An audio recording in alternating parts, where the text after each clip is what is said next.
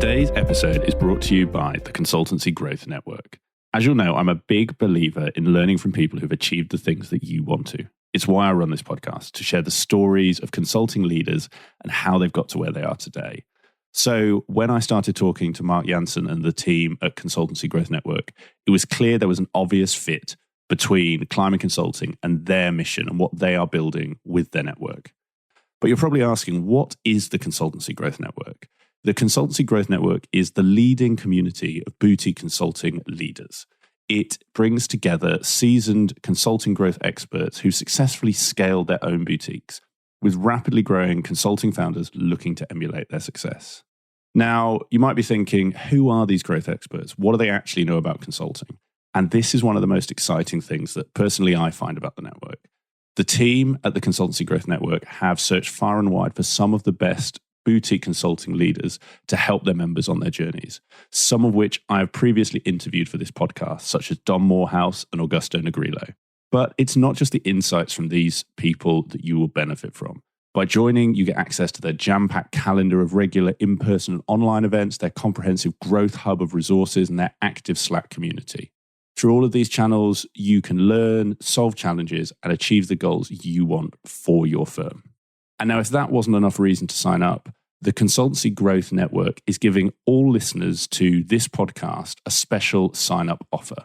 If you join for 12 months, you join for that next year, you will get your 13th month for free, giving you that extra month to continue to build on everything you're learning and continue to benefit from the network. To sign up, just visit consultancygrowthnetwork.com or contact their partnerships director, Luke at consultancygrowthnetwork.com. And when you're talking about joining, mention Create Engage or Climbing Consulting, and you will get that special sign-up offer. Hi, and welcome to today's special episode of Climbing Consulting. If you are new to the series, I will give you a short explanation. Those of you who may have listened for a long time, your regular listeners, you will know what you are about to hear, and I'm sure you're going to enjoy it. So please skip past this and jump straight into the advice. For those of you, though, where this is maybe your first episode, welcome. Or if you've been listening for a while, also welcome, and I hope you're enjoying it. I am going to give you a short summary of what you're about to hear. Now, in every one of my interviews, I ask all of my guests the same final question. What is the one piece of advice they would give to three people? Someone just starting out in consulting, someone at manager level, and someone approaching partnership. Those are three of those big decision points, big inflection points in our industry. And this advice is fantastic to help you take that next leap, as well as helping you see where you will need to go on your career trajectory. Maybe you're just entering consulting and you want to become a partner. This will help you. Maybe you're a manager looking to get to partner. This will help you. Maybe you're actually already a partner and you want to know the advice you should give to those who are looking to grow in your firm. Here is your answer. And this advice is so powerful because it comes from a whole host of different guests from different backgrounds, different specialisms, different firm sizes, different careers, different journeys, all of whom have achieved one thing in common, which is success in consulting. And this is why I started Climbing Consulting way back when, because I wanted to share the rich, diverse mix of people, perspectives, backgrounds that make our industry what it is. And that's why I love these Best in the Business episodes. So in this episode, you will be hearing from a fantastic mix of guests. You will hear from Graham Kerwin, co-founder and CEO of Infuse Group. You will hear from Asad Ahmed, CEO of Phase 3. You will hear from Simon Dixon, CEO of Hatmill. You will hear from Mark Jansen, founder of the Consultancy Growth Network.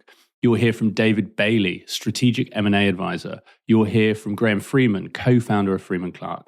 You'll hear from Mark Grice, co-founder of Total Negotiation Group, and you'll hear from Sarah Matthew, founder of The Vibrant Company.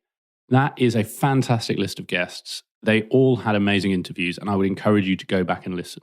But today we have distilled their answers into one single episode for you, so you can get that rapid fire, that immediate shot of advice, expertise, and insight. This is the sort of episode you want to have your notebook out or your notes app open, because you will hear some gold in here. And wherever you are in your career, I am sure that this episode is going to help you. So with the intro done, with your notepad next to you or your notes app pulled up on your phone, please enjoy today's special Best in the Business episode of Climbing Consulting. I think for the consultant one, I think the piece of advice I'd give is at the early part of your career, what you really want to do is to get as broader experience as possible. The analogy I always use is you get a lot of people that they come into the consulting career and what do you want to do? Oh, I want to do this strategy work for this. And, they kind of pick all the cool kind of, sort of projects. And then you go and put them on a PMO gig and they kind of go, oh, I don't want to do PMO and stuff. And I kind of go, look, the start of your career is where you start to build the real foundational skills. If you go and work in a PMO, you're learning what a project plan is. You're looking what a risk register is. You're learning, how to do status reports and everything. As you go through your career, even if you become the cool strategy consultant, when you actually get a point, you'll be expected to lead those engagements. And guess what? When you lead them, you need to have a plan, risks, and everything. So I think the thing for a consultant is get a broad set of skills before you really start to funnel your skills. I think as a manager, the key thing I always sort of say to managers is you're shifting away from success isn't necessarily you, success is your team. And it's very much, pre-manager, you're very much looking at the individual and how the individual performs. When you kind of come into manager, it's about how you enable others to perform and, how you really get that going. And actually, you're deeming the success more about how others are performing necessarily just yourself, but also that's where you start to think about, you need to think about the growth. You need to think about the company development and the delivery. It's not just you being a head-on consultant in the client. You've got to a point you're starting to become a leader of the organization. And then with partner, I think when you go into partner, you have to have a real identity as for you. I think there's probably two parts. I'll call them senior people rather than kind of partners. There's probably two paths. One is you just need to be a guru in your field. You need to be seen in the market as kind of amazing, or you need to be bringing in the growth. The growth side of things and sort of enabling the rest of the organization. And I think you need a real clear brand identity when you kind of go into partner. You kind of need to have a real clear vision of how you are going to fit into the leadership team and how you're going to add to that leadership team and make an even better business. Okay, so to somebody like a graduate kind of starting out, what would I say? I would say be patient. Don't jump the gun. Learn more about how business actually works, all the different functions, and that you have time on your side. You don't need to jump straight into it. That is what I would say. Yeah. And I'd actually use my own experience in that because I wasn't quite a graduate, but I was, kind of 5-6 years post uni, started phase 3. If I could go back in time, I would possibly delay starting phase 3 and or have some kind of mentor or something alongside me. We're going to have to do a round 2, Asad, because I'm going to have to ask you, not today because we don't have time, but around that question. That's round 2. We'll put that on the shelf. Okay. I'd love to know more. The manager person, so obviously they would have been in the industry for a while. I'd say pick your industry well.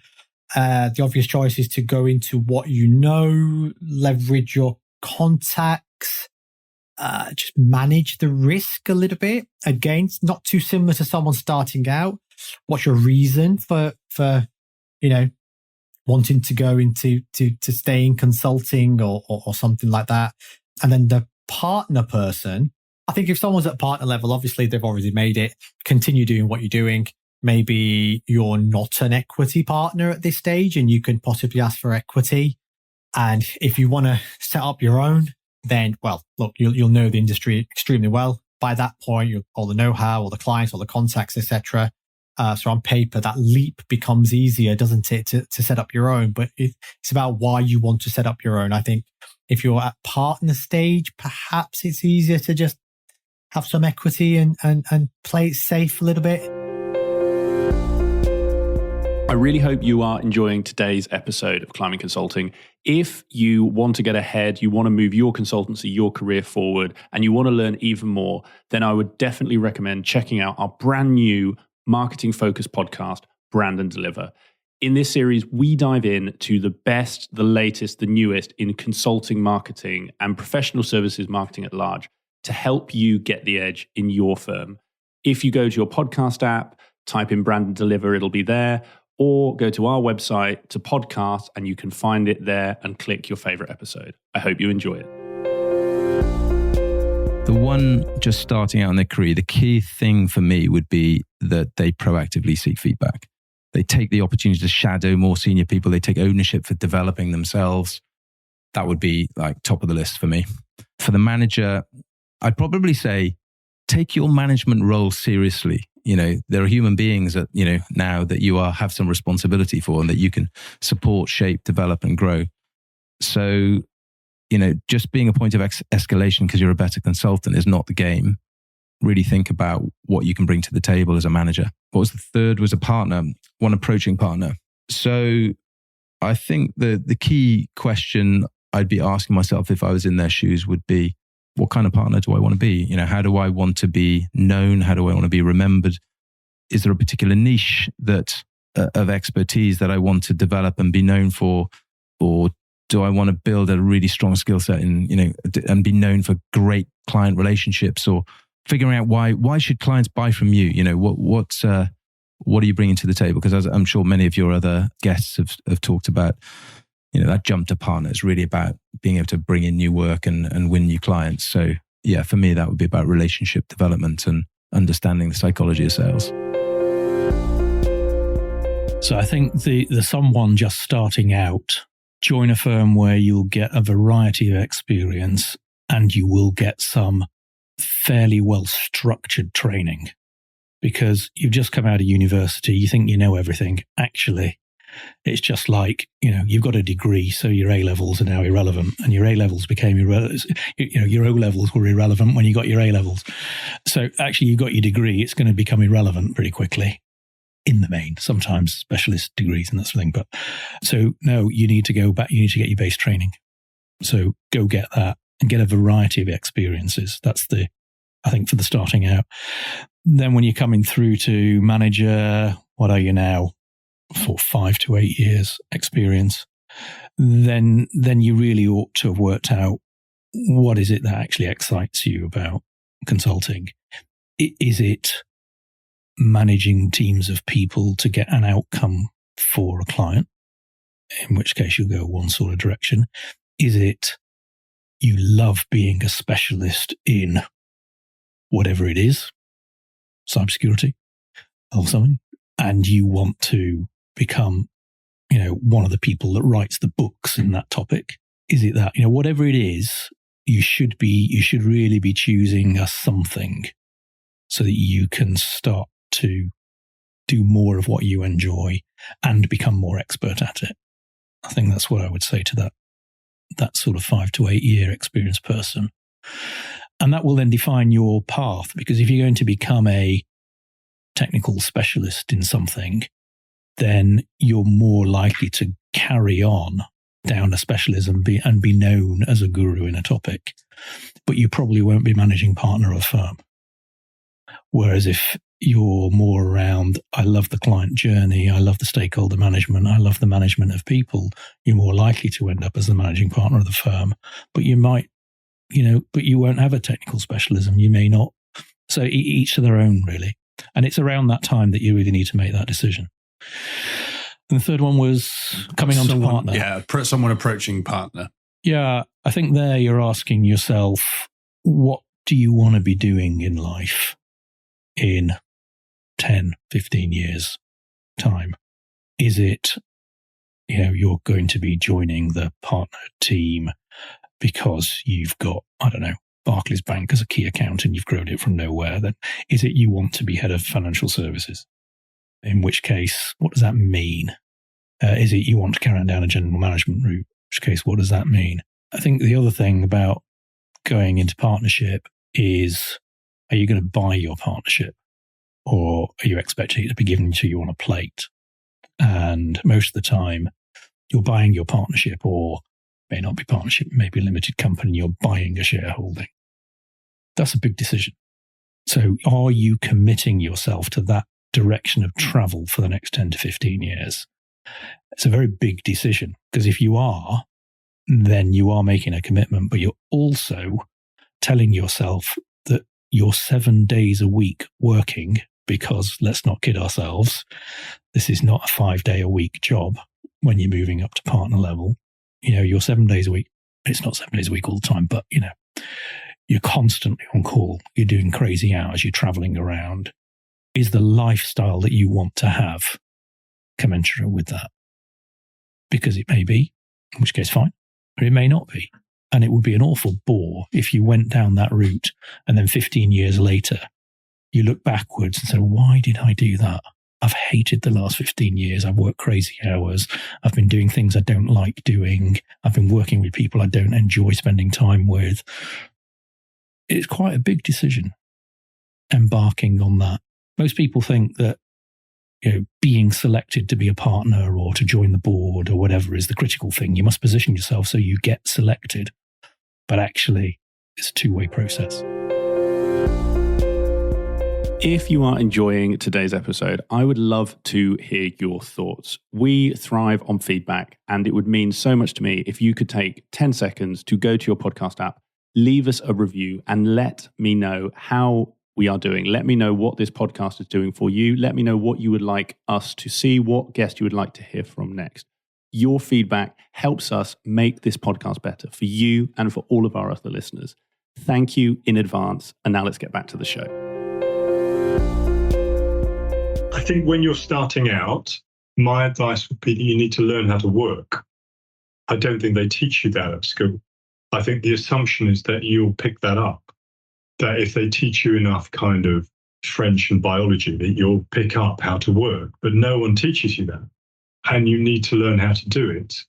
I think more broadly, in terms of as you progress, I would say learning to value customers. In our game, it's all about customers, isn't it? It's all about customers and service, which again is a bit of a quaint word, but I think you need to genuinely be committed to the service of your clients.